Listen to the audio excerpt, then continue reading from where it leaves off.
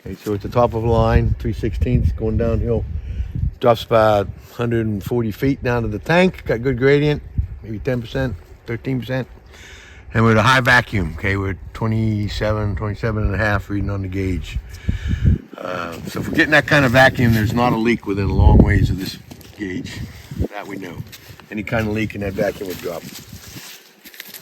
We look at the tap, at that vacuum, and we can see just a slow, steady movement of a little bit of sap and a little bit of air.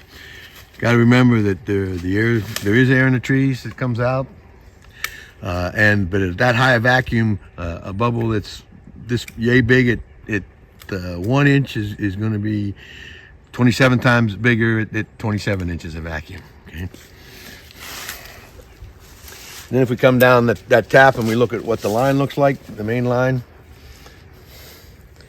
we can see same thing, just slow movement, just one drop on here, putting sap in the line, and bubble sap, and this is fine, about 50-50 maybe.